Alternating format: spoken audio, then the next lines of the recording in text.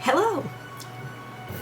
I know, it's always so cheesy. I don't know how to start it without being like a complete freaking cheeseball.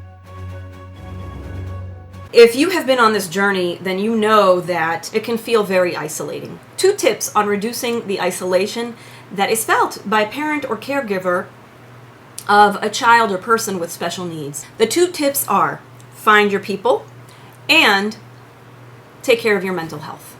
So, number 1, what does it mean to find your people? We do better when we are around people who get us, who understand what we're going through, who can relate to what's happening in our life, who are going through similar things. They don't have to be going through the exact same thing. If you're raising a child with special needs, you're not going to be going through the same thing. There are huge variations even within that world. So it doesn't have to be exactly the same thing, but, those people are going to get the nuances of what it's like to be raising a child with special needs. How do you do that? Every area of the country, of the U.S. and other countries too, have programs, have activities, have groups that are specifically targeted to offer activities for kids or people with special needs. Unless you're in a very rural area, which then I would suggest even traveling for some of these activities, because it's so helpful to be among other people who get it. I'm in a small town and we have a good bit of these activities, and I take my kid to, we have tried almost everything. Because the thing is that people with families dealing with special needs tend to be very focused on the therapies and, managing stuff and fixing things or helping different things along. And so we're so super focused on the therapies that we forget about having fun. When you go and participate in these activities, talk to the other families. Force yourself to, open up. And I don't mean you don't have to complain or, show all your vulnerability at once, but try to connect with one other person. I have found it for myself, it's been immensely helpful to feel less alone on this journey. Then the next tip is taking care of your mental health.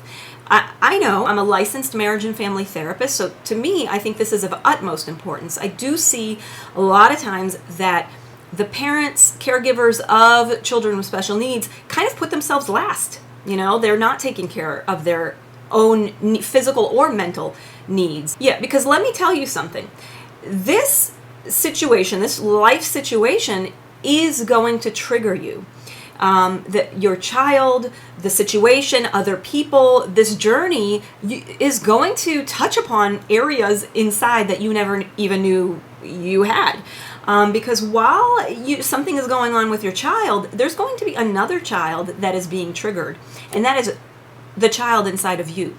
Whatever past hurts, wounds, situations from childhood that have been kind of left unresolved, kind of those open wounds, are going to come up and be activated. This is not good or bad, it just is, right? And so dealing with your own having some self-awareness, dealing with your own mental health needs will only help you and your child, by the way. Find a therapist, find a support group, now if those 2 are not a possibility because of your area, finances, time, what have you, find online groups that are open, vulnerable, talk about the issues, and supportive.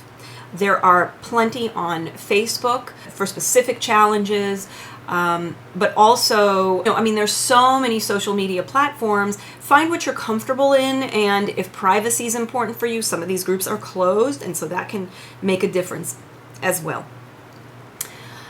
So I hope that helps. My intent with this channel is I'm getting a little bit more specific on dealing with the mental health needs of families raising children with special needs. Families, so that includes the caregivers as well, or extended family as well, grandparents, aunts and uncles, whoever is involved, siblings as well. If you have any suggestions, if you have topics that you'd like me to cover within that realm, I would be happy to. I speak from my own experience. And my mental health background, and I would love to offer whatever value and support I can.